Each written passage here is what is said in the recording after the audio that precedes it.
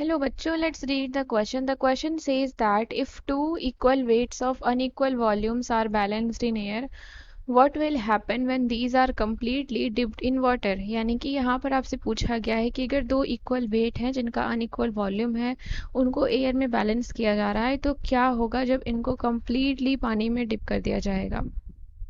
तो इसके लिए सबसे पहले हम यहाँ पर की कॉन्सेप्ट मेंशन करेंगे. So here the key concept is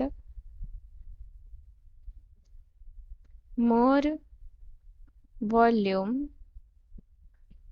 more will be the displacement, यानी कि वो उतना लिक्विड को डिस्प्लेस करेगा. more will be the displacement and vice versa. Similarly, अगर वॉल्यूम कम होगा तो वहाँ पर डिस्प्लेसमेंट क्या हो जाएगी, कम हो जाएगी. तो अब हम यहाँ पर देखेंगे कि जब उनको completely डिप कर दिया जाता है वाटर में, तो जिस ऑब्जेक्ट का वॉल्यूम ज़्यादा होगा वो उतना ज़्यादा डिस्प्लेस करेगा. when object is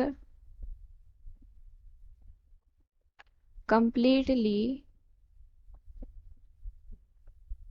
dipped in water, जब ऑब्जेक्ट को completely वाटर में डिप किया जाता है तो क्या होता है, the object which is having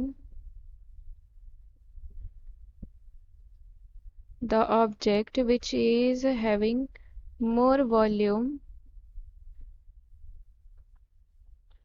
the water will displace more. The water will displace more. And if the object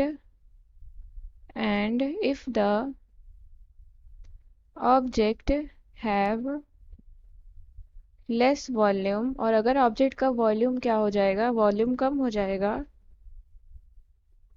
lesser will be the displacement. lesser will be the displacement. तो यानी कि यहाँ से हम देख रहे हैं कि जब पानी में डुबाया जाता है तो ऑब्जेक्ट अगर ज़्यादा वॉल्यूम का रहता है तो वाटर ज़्यादा डिस्प्लेस होता है, कम वॉल्यूम का रहता है तो वहाँ पे कम डिस्प्लेसमेंट होता है. तो यानी कि दो अगर इक्वल वेट हैं, उनका अनइक्वल वॉल्यूम है, तो वो अनइक्वल थ्रस्ट एक्सपीरियंस करेंगे और उनका वेट क्या होगा, डिफर करेगा.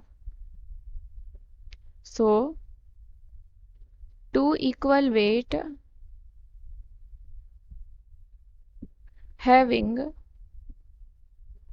unequal volume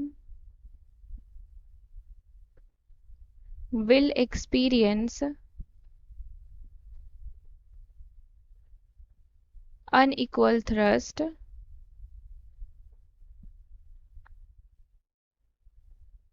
when dipped in water. When dipped in water. और इसी वजह से, इन्हीं दोनों वजह से क्या होता है, hence their weight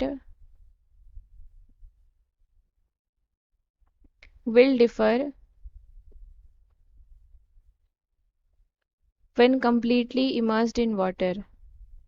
When completely immersed in water and will not be balanced. And will not be balanced.